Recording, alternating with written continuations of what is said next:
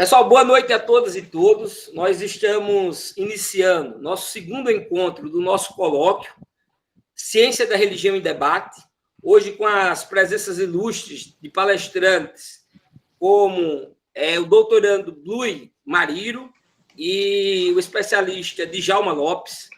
Ambos são também alunos da nossa especialização em Ciência da Religião, Ensino Religioso, do Instituto Federal de Alagoas. Vou apresentar parte de suas pesquisas. Sem mais delongas, ou maiores delongas, já passo para o Djalma. Vou apresentar aqui o Djalma rapidinho. Djalma hoje vai falar sobre hiperestesia indireta do pensamento, a compreensão da parapsicologia sobre o jogo de búzios. Djalma formou em psicologia pela UFAL, é do Conselho Federal de Psicologia e Neuropsicologia, é aluno nosso da especialização em ensino religioso, em ciência da religião e ensino religioso, e pesquisador do grupo NERES, do Núcleo de Estudos da Religião, Educação e Sociedade. Djalma, toda a sua palestra agora, fique à vontade. Se puder ficar ali em torno dos 30 minutos, a gente agradece. Qualquer coisa eu aviso daqui, mas fique à vontade, e é uma honra lhe receber hoje com sua palestra. Boa noite a todos e todas. Eu fico muito feliz em ter a atenção de vocês para que eu possa realizar o meu desejo de falar daquilo que eu gosto, né?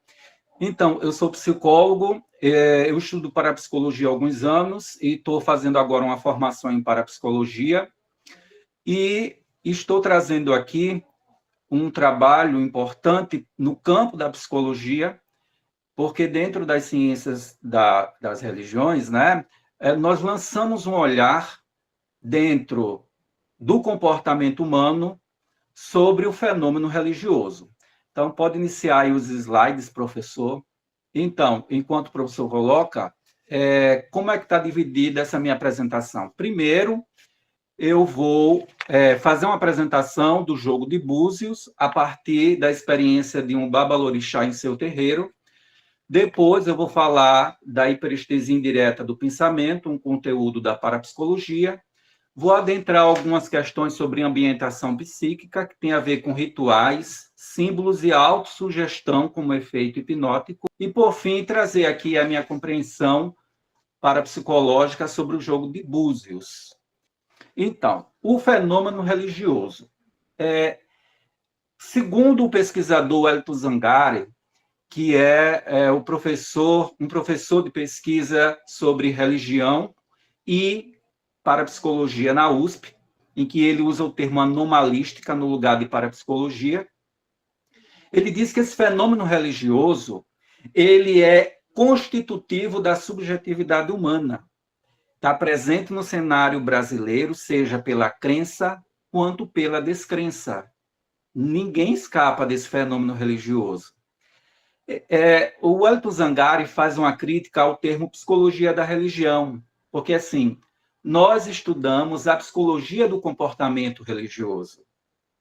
Nós não estudamos as religiões, a filosofia, a teoria religiosa unicamente. Nós estamos mais envolvidos com esse comportamento religioso. No próximo slide, eu estou falando aqui a questão fundamental, que é o animismo, e a onipotência do pensamento. Vou pegar aqui para que a visão está melhor. Veja bem, existe um famoso antropólogo chamado Edward Burnett Tylor. Ele desenvolveu o animismo como uma teoria antropológica.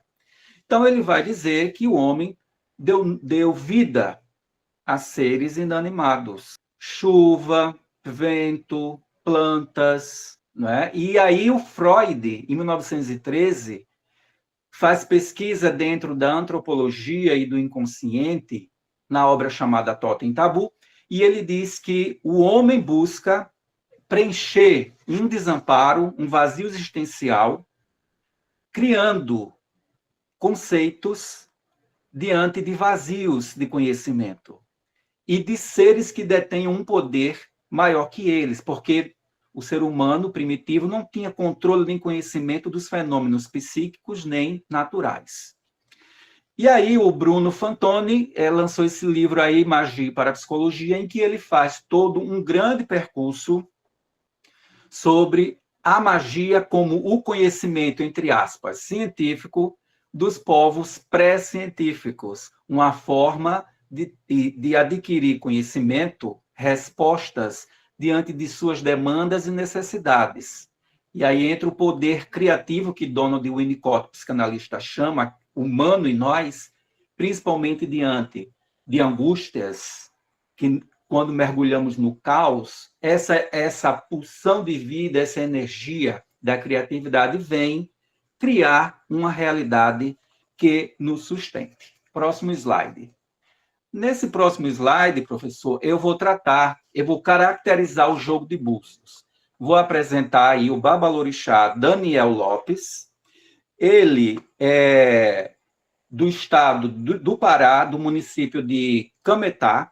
Ele faz aí uma pesquisa chamada de metodologia etnográfica, onde ele pega a própria experiência de vida dele para estudar. Então, ele traz a experiência do terreiro e do jogo de búzios que ele tem e pratica. Lembrando que trata-se de uma cultura, de uma religião de transmissão oral, em que as origens dela lá, em Urubá, em África, ela vai perdendo um pouco de características originais em decorrência da escravização aqui no Brasil, porque os negros escravizados não tinham a liberdade de exercer as suas religiões. Então, ele vai recriando os negros aqui no Brasil a sua crença, a sua religião, os seus conhecimentos. Muita coisa vai se perdendo, outras vão se atualizando. Então, é a partir da experiência do babalorixá Daniel Lopes que eu vou falar aqui do jogo de búzios.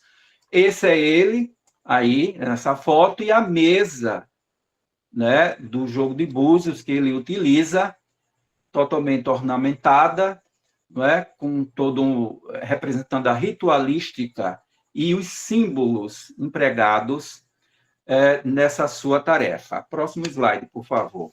Bem, no próximo slide, eu vou fazer uma conceituação do que é o jogo de búzios. Originalmente, na África, no continente africano, ele é conhecido como o jogo de Ifá.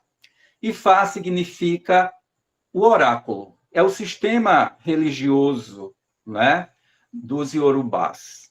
Mas aqui chamamos de jogo de búzios por também representar aquela conchazinha ali, né? E a conceituação de Pires Filho Escada, 2001, essas referências vocês vão ver quando eu publicar o artigo com o professor Hugo Brandão.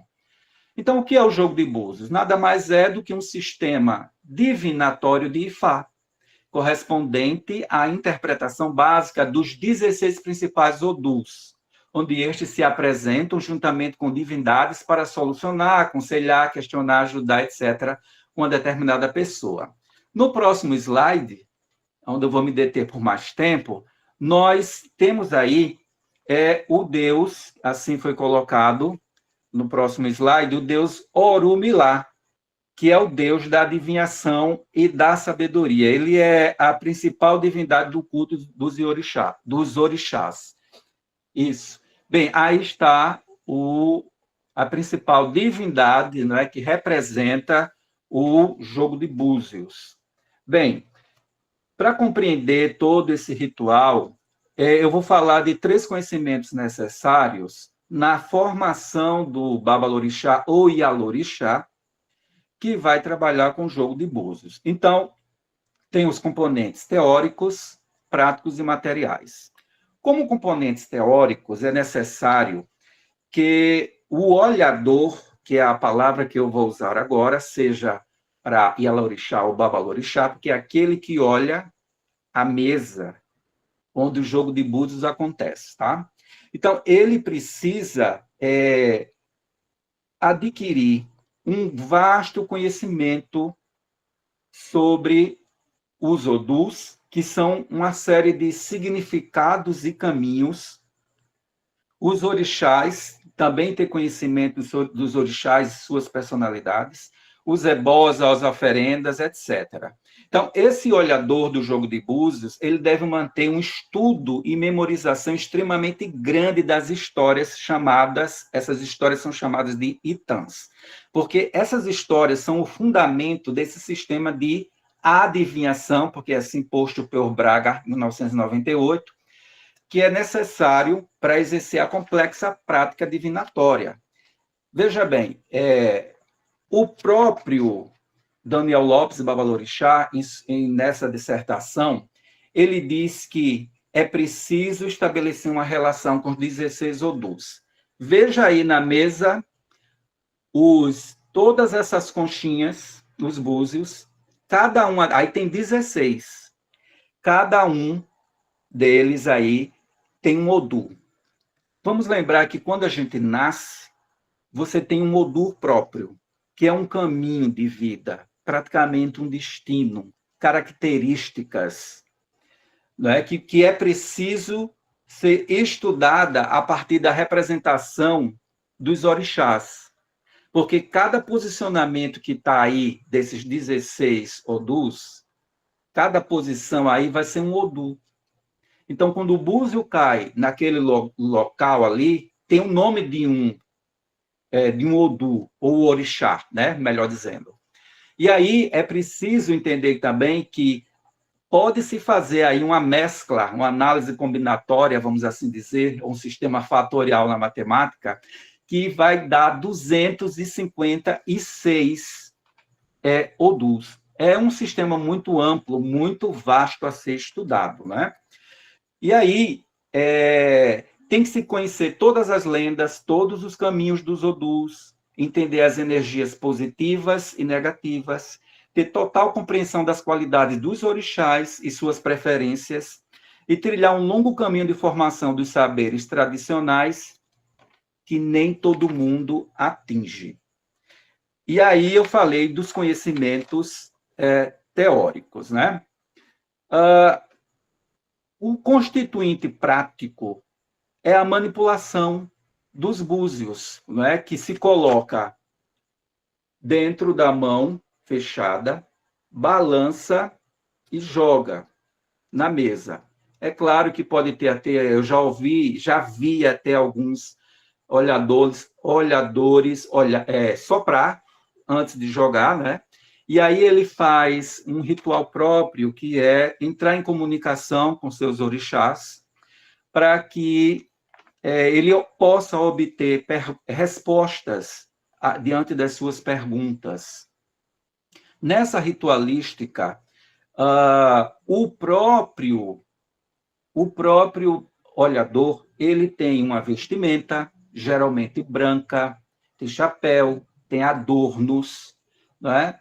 O consulente, digamos assim, o cliente, ele vai ser preparado, no caso desse terreiro do Babalorixá Daniel, fica 30 minutos numa sala reservada, vai receber algumas orientações antes de entrar na salinha onde vai acontecer o ritual.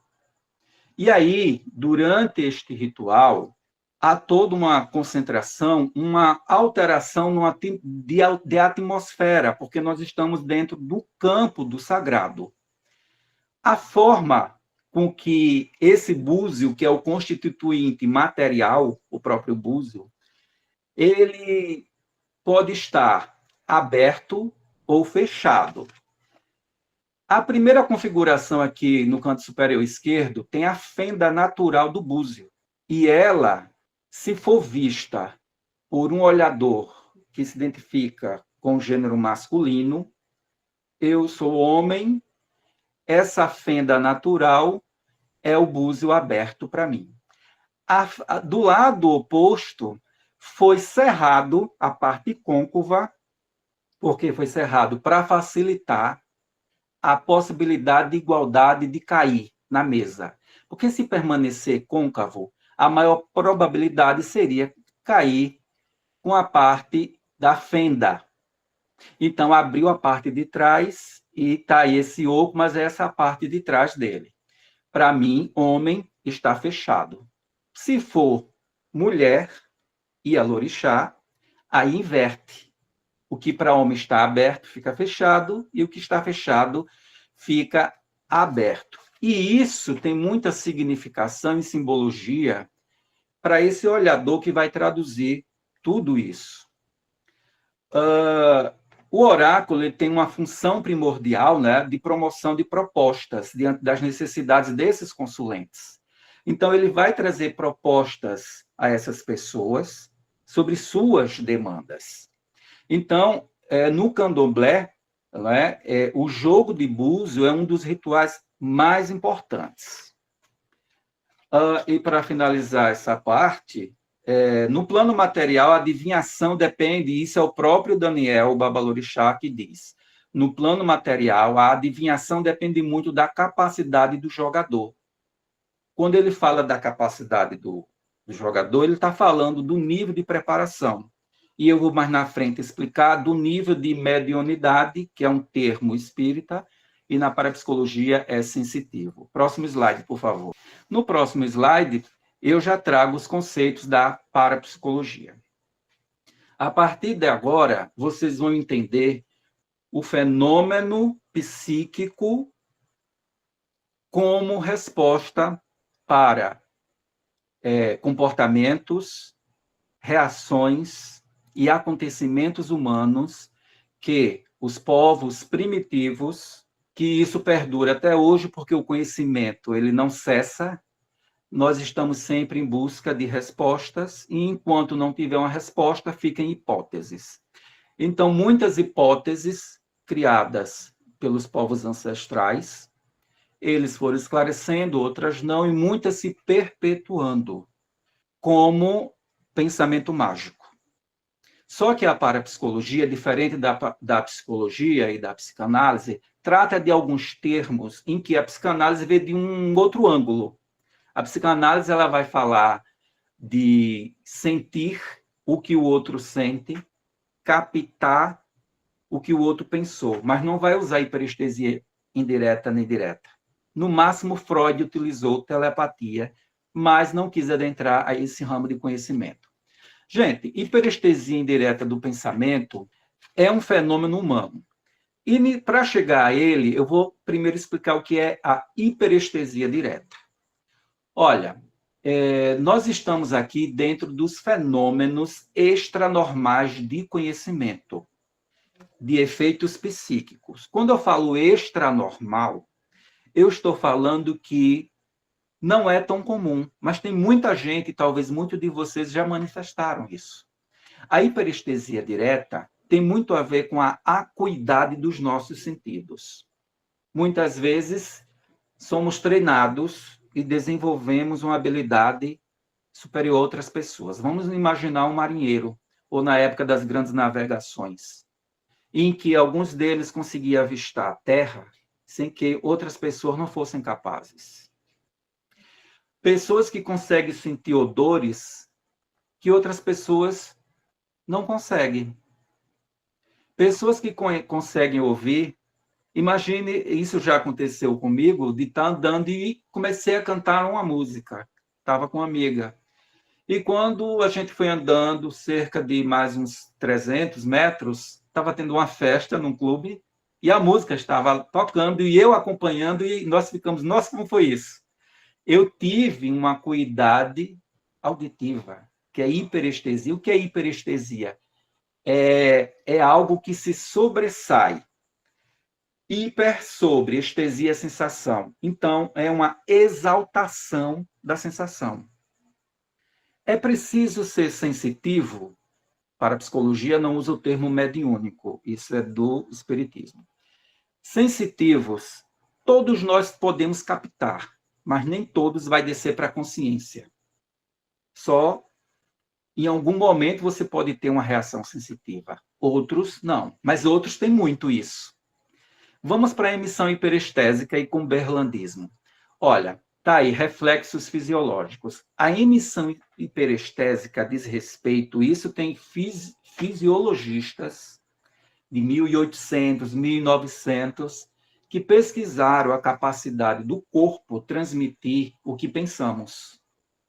Nós pensamos e o corpo responde. Vocês aqui, quando leem, leia em silêncio. Quantos de vocês percebem mexer alguma parte do aparelho fonador?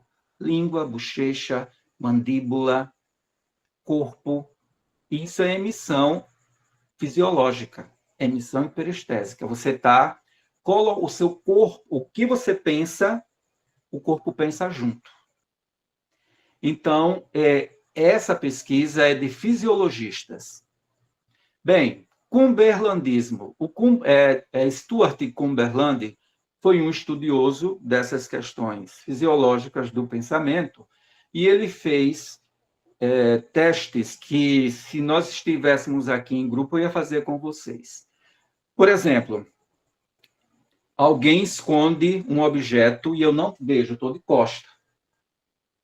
Alguém esconde. E aí alguém que viu vai vir até mim e eu vou botar meu braço, pegar na mão, no ombro, e vou pedir para a pessoa pensar onde está o objeto. O corpo desta pessoa, quando ela pensar onde está um objeto, vai tender a me levar para aquele lugar. E isso aí acontece com o teste do pêndulo. Quando a gente coloca um pêndulo aqui e bota um círculo embaixo, a tendência é a gente ficar parado e o pêndulo rodar, por conta dessa transmissão fisiológica, de movimentos mínimos. Vamos ao que interessa, a hiperestesia indireta do pensamento, ou HIP, alguns chamam HIP. O que é isso? Olha, gente, todo mundo já pensou que todo mundo já viveu algum momento de telepatia, que é uma coisa bem comum. Você pensou e alguém ligou. Você teve um pressentimento ruim e alguém trouxe a mensagem ruim, né? Principalmente quando você tem uma ligação muito forte com alguém. A chance de telepatia e hiperestesia indireta do pensamento é grande. E aí, a hiperestesia indireta do pensamento, ela, no início dos estudos da parapsicologia, foi só chamada de telepatia.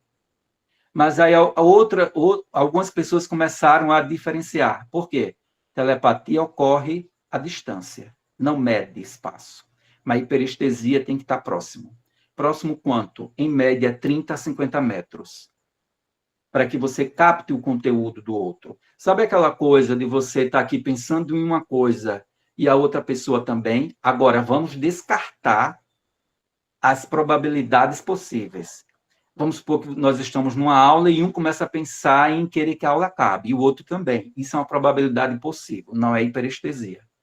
Hiperestesia indireta do pensamento é eu estar pensando em comer uma coisa, e aí eu planejar um passo a passo, e uma pessoa que eu tenho muita afetividade, que está perto de mim ou que está chegando, diz, olha, eu estava pensando da gente fazer isso, isso, isso para ir comer aquilo. E uma coisa que não seja muito frequente. Isso é uma hiperestesia indireta do pensamento. E aí eu trago no próximo slide exemplos para ficar mais prático. Vamos aí aos exemplos. Deixa eu ver aqui no meu. O primeiro exemplo, professor Hugo, do próximo slide, por favor, é o caso da obra, essa obra sobre a loucura, considerada sobre os pontos de vista patológico, filosófico, histórico e jurídico de Karl May, 1845, é um tratado de psiquiatria que ele traz inúmeros casos com muitas relações naquela época, e eu extraí aí um caso bem interessante. Havia uma pessoa em surto, mas na época considerada endemoniada, né? E geralmente chamava quem? Um padre, para curar o endemoniado, né? Era para o psiquiatra um fenômeno de loucura. Só que o psiquiatra, quando chega, né, e tem aquelas pessoas, o padre, quando chega, estava aquele aglomerado de pessoas, e o padre, na sua prática exorcista, vai solicitar ou ordenar a saída do demônio. Daí o rapaz, supostamente demoniado, olha para o padre e vai falar, me conte, pois, aquilo. Aí começa a descrever a vida passada do padre, né? E teria de certo manifestado alguns dos seus segredos. E isso começa a assustar algumas pessoas ao redor, porque o padre vai ficando assustado e demonstrando em sua expressão que ele está adivinhando. Agora veja, o tal do endemoniado, ou em surto, ou num transe, faz uma maior abertura do inconsciente, muito propício aos fenômenos parapsicológicos. E ele pode, sim, captar o conteúdo do outro. Nós captamos. Só que não é saudável estar com o inconsciente aberto. Então, desta forma, nós temos um caso de IP. E o Padre Pio de Pietrelcina, ele foi canonizado em 2002. Ele tinha muitos poderes, segundo as pessoas, né? Esse padre aí italiano. As pessoas iam se confessar e, às vezes, eles começavam a falar e o padre já dizia uma série de coisas da vida dele. Vocês podem pesquisar isso no Google. O padre ele tinha uma grande capacidade de adquirir o conhecimento do inconsciente e de efetivar curas e uma série de outros fenômenos que hoje nós podemos pensar numa possível esquizofrenia. Esse padre ele não era simplesmente sensitivo, ele era dotado psíquico, porque é quando se apresenta muitas manifestações parapsicológicas não saudáveis. E, por fim, o Ludwig Kahn. Esse rapaz, na Alemanha, ele, para sobreviver, ele fazia algumas apresentações em público, adivinhando, principalmente, o que as pessoas escreviam, onde escondiam. Só que, naquela época, a prática da adivinhação, né, era considerada crime, como se fosse assim, a guerra às bruxas, a caça às bruxas, né? E aí ele estava com processo para ser preso e ele pediu muito, ele conseguiu que um médico da Universidade de, acho que foi de Freiburg, na Alemanha, pudesse dar um parecer sobre o estado de saúde dele, que o que ele fazia não era trapaça. Na primeira sessão, sabe o que o médico fez? Antes do rapaz entrar no consultório, o médico escreveu 3 frases. Pegou cada papelzinho, embrulhou 8 vezes, botou uma na frente, no birô, uma na mão direita e outra na mão esquerda. Ele próprio escreveu e mandou o rapaz entrar. Quando entrou, ele disse para o rapaz, Ludovic, o que é que tem escrito aqui nestes papéis? E ele falou, não, e ainda tem um porém, o médico embaralhou para ele não saber onde estava cada frase. Aí o Ludovic disse, abra a mão direita, que aí está escrito isso e isso. Da esquerda isso e aqui isso. Quando abriu, o médico foi impressionado, e foi um caso muito estudado, porque foi para outras universidades na Europa, para estudar a questão de fisiologia, etc., e o rapaz foi absorvido. Bem, gente, a ambientação psíquica nos rituais, simbologias e autossugestão é o seguinte.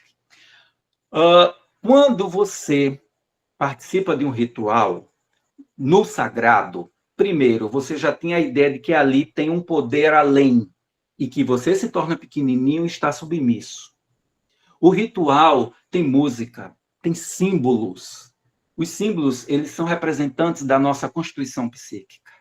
E termina nos sugestionando, mas só se sugestiona quem inconscientemente ou conscientemente tem elementos para se sugestionar.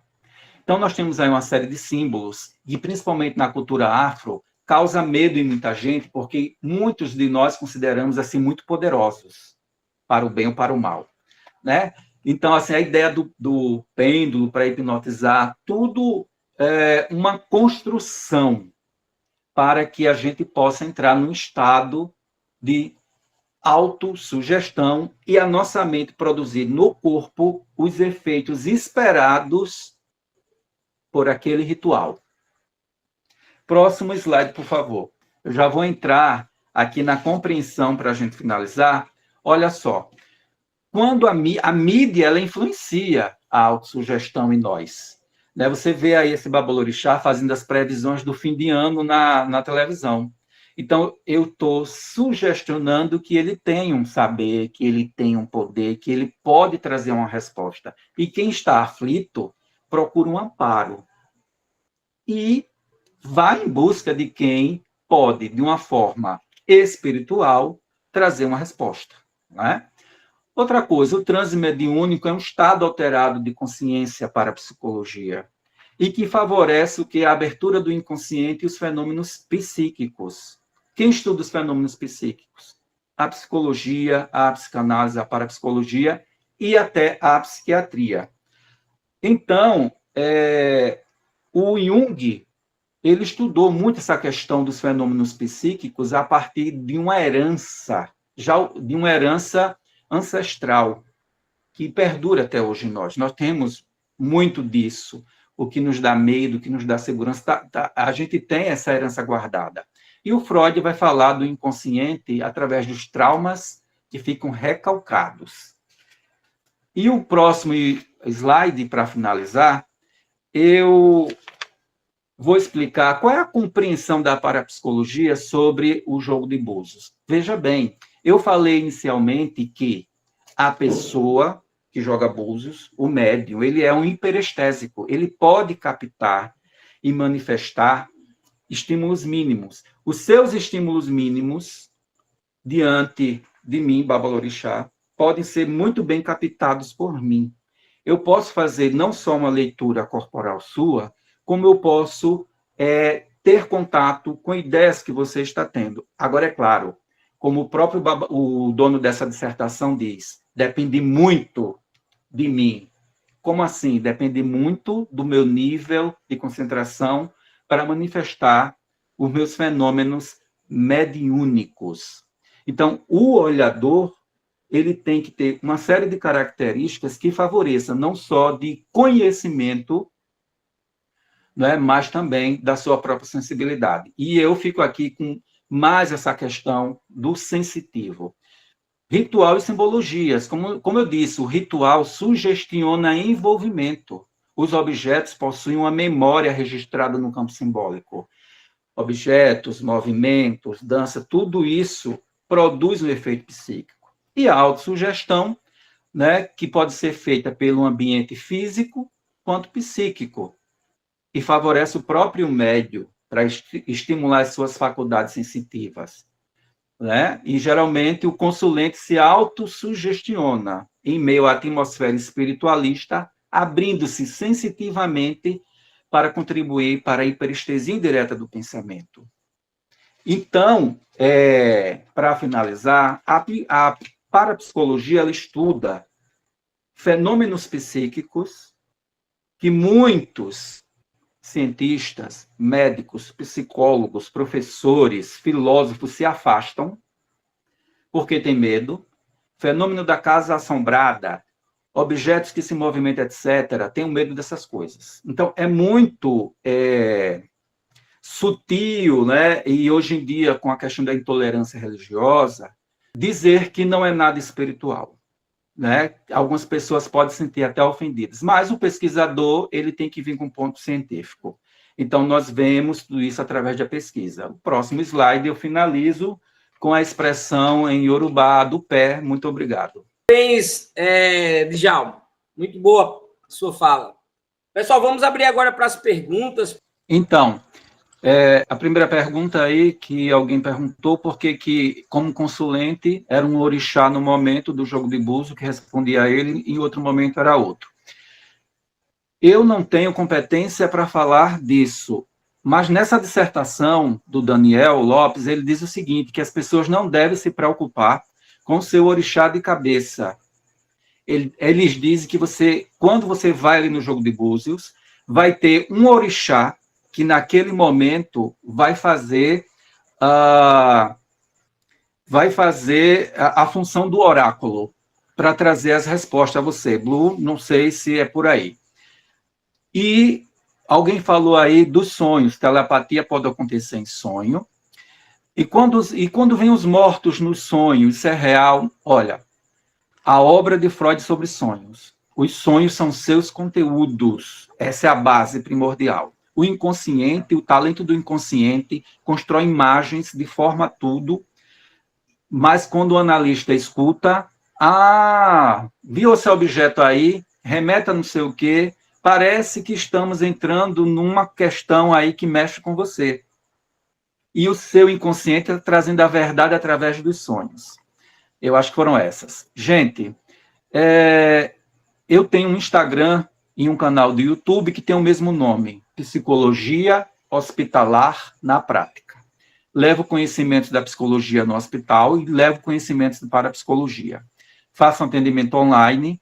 No meu Instagram tem lá contato, que já vai direto para o meu WhatsApp. Se você conhece alguém que está sofrendo, porque está muito assombrado, assustado com o mundo mágico, né? Ou religioso, ou que está com muita neurose, eu também atendo essas pessoas, né? E é isso. Muito obrigado a todos pela atenção. Foi um prazer estar com Blue, Hugo e os demais colegas. Com o Neres nas redes sociais também, que é o nosso núcleo de estudos. Pessoal, queria muito agradecer ao Djalma, agradecer Blue, estender o agradecimento também a Francisco, a Alessandro, Iveson que está por aí, Padre Motinha, Elke, Aline, Natasha, Milo, Letícia, Dilnei, e todos os Cris, e todos os Aline, todos os demais que participaram conosco desse colóquio. Espero que seja o primeiro de muitos, onde nós estejamos debatendo ciência da religião e em debate, né? Colocando em debate, colocando enquanto fora, enquanto uma perspectiva plural, e agradecer muito a todos que prestigiaram os nossos palestrantes nesse colóquio e convidá-los para estarem acessando aos nossos próximos eventos pelo Neres, as nossas formações, enfim. Agradecendo novamente ao Blue e ao Djalma por hoje, parabéns, agradecer a todos os presentes e, enfim, terminar o nosso colóquio, dando fim ao nosso colóquio, nosso primeiro colóquio em Ciência da Religião em Debate. Obrigado a todos e todas, e a gente declara fim a este evento tão formativo.